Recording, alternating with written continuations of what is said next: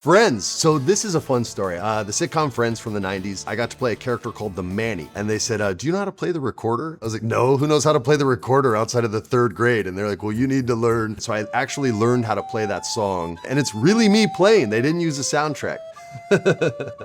Hi, I'm Freddie Prinze Jr. from the new I Know What You Did Last Summer. And sometimes things can get kind of crazy on set and often even stressful. I'm here to share some stories, and this is my stress test.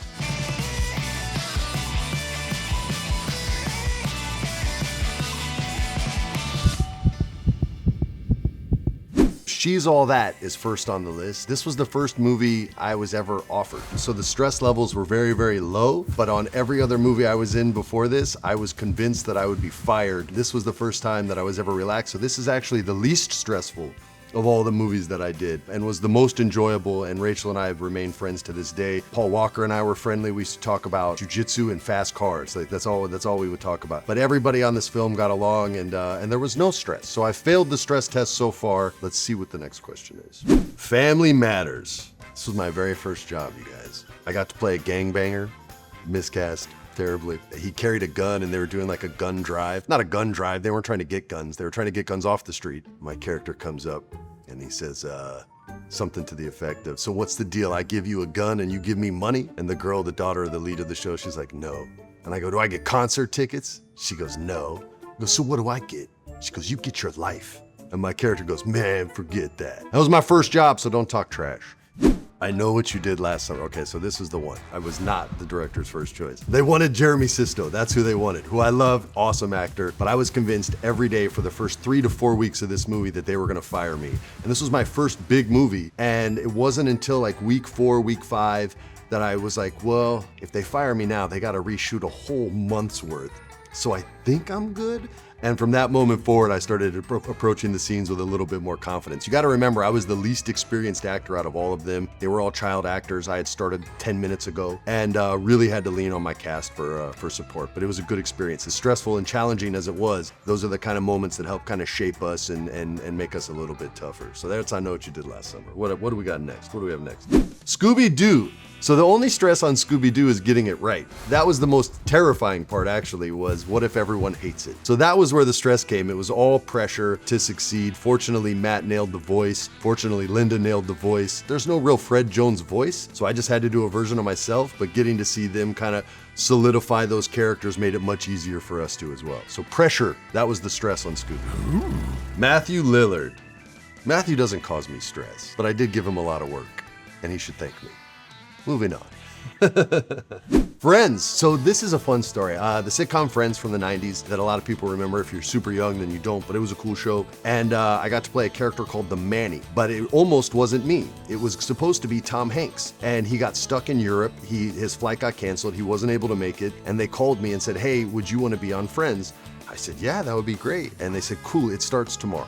And so I literally had to go in. I had just gotten the script and they said, do you know how to play the recorder? And I laughed. I was like, no, who knows how to play the recorder outside of the 3rd grade? And they're like, well, you need to learn. So I actually learned how to play that song, and it's really me playing. They didn't use a soundtrack. So the stress was not screwing up the song. But I remember David Schwimmer came in and he was like, you're gonna love this. It's like doing a 2-act play. The crowd gives you so much energy. Use it, let them be a part of the show. And it really helped relax me and make the whole experience just awesome and great. So big thank you to Mr. Schwimmer.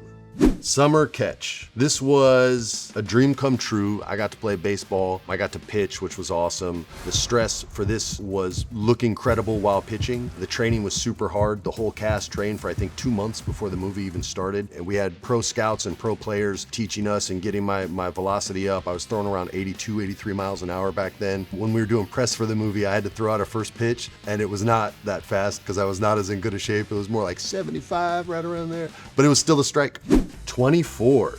Not a ton of stress on 24. I did the last season of it, or the second to last season, something like that. They had this show running super, super smooth. Everybody was off book. They all knew their stuff. Not a lot of stress. Everybody kind of knew what they were doing. That was the most like professional crew that I ever had the pleasure to work with back then.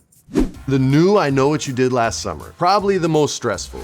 Revisiting legacy characters. There's pressure there. We were using an intellectual property on that, so you don't want to mess it up. In this case, it was us, so we don't want to mess us up. I was very hesitant when they first started talking about this movie, and it was an easy pass for me. And Jennifer Caitlin Robinson, the director who I'm friends with, said, hey, I know you don't want to do the movie. Let me pitch you where I think these characters are at, and if you like that, I'll pitch you my vision for the film. And she pitched me this story about trauma and how the same trauma can hit two people completely differently. And I just thought that was really attractive to play as an actor, and I said yes before I even read a script, because I just knew it was all gonna work out, and it did.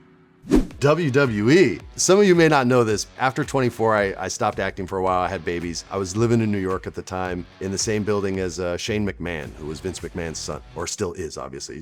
He hasn't passed on. And I got offered a job to write and to acting coach professional wrestlers. Sounds like a TV show for Comedy Central in the 90s, but it wasn't. It was my life. And so I would literally give notes to these like 6'10" dudes, and they'd go out to the middle of the ring to all these people, and they'd come backstage and be like, did I do a good job? And you're like looking up at them like, yeah, man, way to go. It was a stressful job for everyone that worked there, I think, except me. It was kind of a childhood fantasy. My grandma used to take me to like lucha libre matches in Puerto Rico when I was a kid, and they put a cage around the ring.